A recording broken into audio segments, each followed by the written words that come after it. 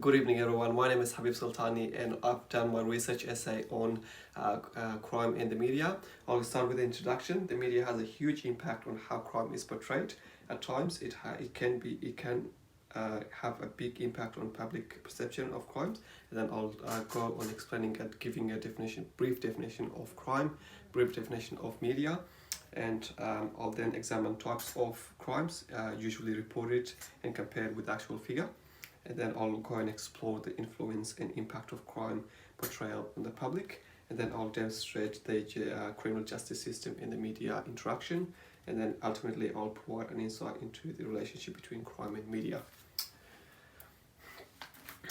So firstly, I will explain what is crime and what is media. So there are several definitions for crime, either legally and also the definition from the dictionary.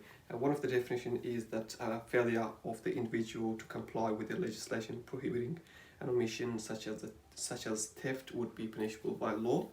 Another definition would be that an illegal act of which someone can be punished by the government. Now I'll explain media. Media can be defined as a form of communication channel for public.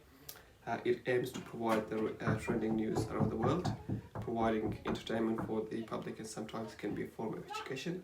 Media includes every broadcasting medium such as newspaper, magazine, TV, radio, internet, and many more. Now I'll talk about the media coverage of crime. So the media portrayal of crime is generally violent and can be inaccurate. The media generally convey exaggerated image of crime, and as a result create the image that is most popular crime committed. That is known as crime waves. Crime waves can be defined as the way in which there is an increase of reporting of crime, especially street crime such as assault, rape, or homicide. For example, according to the statistics, the most common crime committed by a member of the community are crime against property. Property crimes are those which consist of unlawful entry with an intent to break or enter someone's property. I'll now give some statistics and evidence. For example, property crime includes burglary. In 2017, there were 225,900 recorded burglaries in Australia nationwide.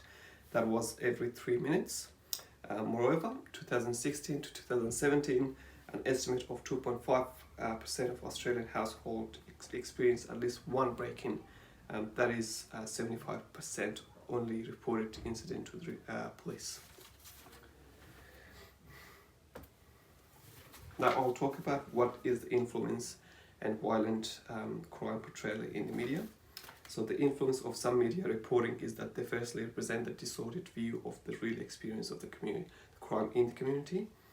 Secondly, the inaccurate reporting of homicide may fuel violence in the community and may also fuel prejudice against certain groups.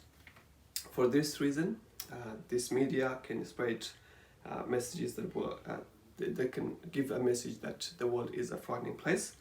Research have found that the impact of the depicted violent image by the media has increased aggression and has increased the fear of crime. The media is essentially profit-driven mechanism. The main purpose of media is that it sell its product by capturing different market as possible. The context is therefore consciously selected and packaged in a manner designed to attract as many attention as possible. Now I would like to move on to my last argument. So the criminal justice system and the media. So the media and criminal justice system interact in different capacities. The public's dependence on media reporting continued in relation to criminal justice proceedings has dramatically translated in a loss in confidence within society. Although the media portrays violent crime, it sometimes shows the difficulties individuals face when accessing the criminal justice system. To conclude this, and ultimately, the effect that the effect that the media has on portrayal of crime is quite influential. Depending on how certain crimes are portrayed, it can shape how members of the community act on it. This portrayal can have both negative and positive impact and can highlight how individuals' behavior can change. Thank you for watching and listening.